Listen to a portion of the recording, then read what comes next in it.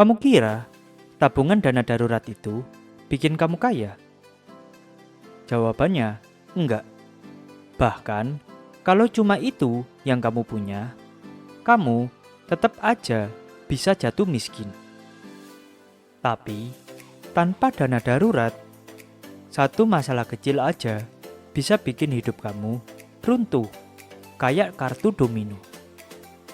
Bayangin, motor kamu mogok, orang tua jatuh sakit, atau HP kamu hilang, dan di rekening kamu cuma ada Rp200.000.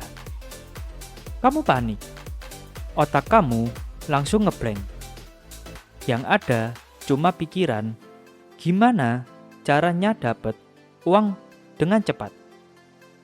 Dan di titik itu, kamu mulai minjem ke temen, minjem ke pinjol, atau jual barang kesayangan. Semua itu kamu lakukan karena kamu nggak punya dana darurat. Jadi, kalau dana darurat nggak bikin kaya, kenapa kita harus punya? Dan gimana caranya biar nggak cuma punya, tapi juga nggak terjebak miskin? Dana darurat itu kayak sabuk pengaman di mobil. Sabuk pengaman nggak bikin mobil kamu lebih cepat. Tapi saat ada tabrakan, dia yang bikin kamu selamat. Sama juga halnya dengan dana darurat. Nggak bikin saldo rekening kamu langsung meledak. Dia cuma bikin kamu tetap bisa jalan saat ada masalah besar. Gue punya temen, namanya Rian. Gajinya 8 juta per bulan. Hidupnya asik. Nongkrong setiap weekend, beli gadget terbaru, traveling sekali-sekali. Dia pikir hidupnya aman. Sampai suatu hari, dia kena PHK. Saldo rekeningnya cuma 500.000. Dan tagihan kos sudah jatuh tempo minggu itu. Dia coba cari kerja lagi. Tapi butuh waktu 3 bulan sampai dapat yang baru. Dalam waktu 3 bulan itu, dia minjem ke 4 orang teman. Jual laptop, bahkan pinjam dari pinjol. Semua itu karena dia nggak siap. Kalau dia punya dana darurat, dia nggak akan seterpuruk itu. Sekarang, coba lihat hidup kamu. Kalau kamu kehilangan penghasilan hari ini, berapa lama kamu bisa bertahan? 1 bulan, 2 minggu, atau bahkan 3 hari. Dana darurat itu kayak powerbank buat keuangan. Baterai HP kamu tinggal 3%. Dan kamu lagi di jalan. Kalau ada powerbank, kamu tenang. Kalau nggak ada, kamu panik. Nggak bisa ngapa-ngapain. Hidup juga gitu. Masalah bisa datang kapan aja. Dan kalau kamu lowbat, tanpa dana darurat, hidup kamu akan berhenti.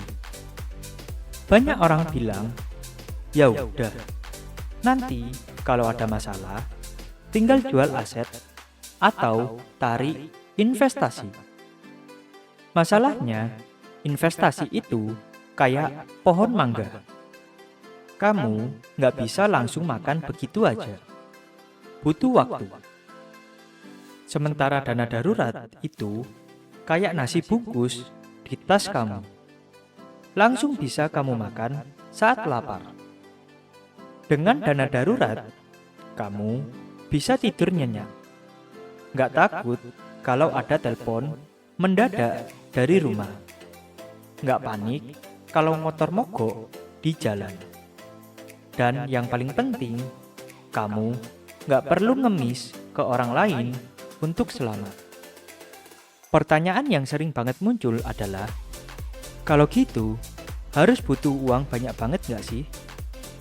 Rumusnya, kalau kamu single, kamu utuh 3 hingga 6 kali pengeluaran bulanan. Kalau kamu sudah menikah atau punya tanggungan, kamu harus mempunyai 6 sampai 12 kali pengeluaran bulanan. Contohnya, kalau pengeluaran bulanan kamu 3 juta dan kamu masih single, berarti minimal kamu harus punya uang 9 juta untuk dana darurat. Kalau kamu sudah menikah, minimal 18 juta. Duit ini harus ada di tempat yang gampang diambil, aman, dan gak dipakai buat belanja.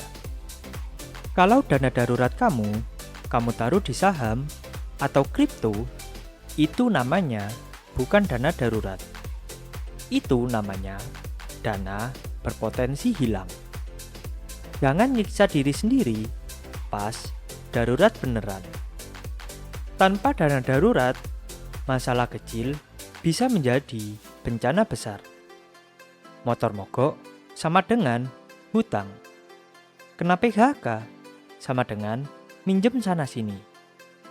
Orang tua sakit sama dengan jual barang kesayangan.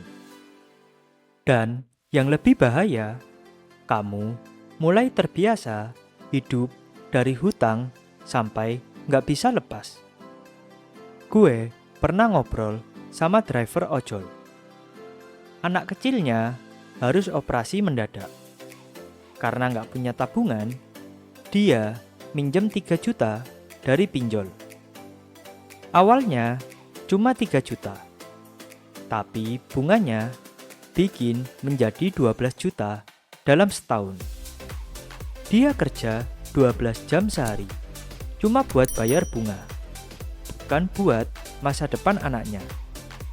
Semua itu cuma karena dia nggak punya dana darurat. Sekarang aku kasih langkah demi langkah untuk memulainya. Yang pertama, tentukan target 3 hingga 6 bulan pengeluaran. Yang kedua, sisihkan otomatis setiap gajian, walaupun cuma 50.000 hingga 100.000. Yang ketiga, buat rekening khusus yang nggak ada kartu ATM-nya. Yang keempat, berhenti nabung dana darurat kalau sudah mencapai target. Pindah fokus ke investasi. Mulai dari yang kecil, itu nggak masalah. Dana darurat 500.000 lebih baik daripada 0. Yang penting konsisten. Ingat, kata kuncinya cuma satu, yaitu selamat. Dana darurat nggak bikin kamu kaya, tapi dia yang bikin kamu selamat dari hutang, selamat dari stres, dan selamat dari rasa nggak berdaya. Sekarang jawab di komentar. Kalau kamu kehilangan penghasilan hari ini, kamu bisa bertahan berapa lama? Like, subscribe, dan share video ini biar lebih banyak orang nggak hancur gara-gara nggak punya dana darurat.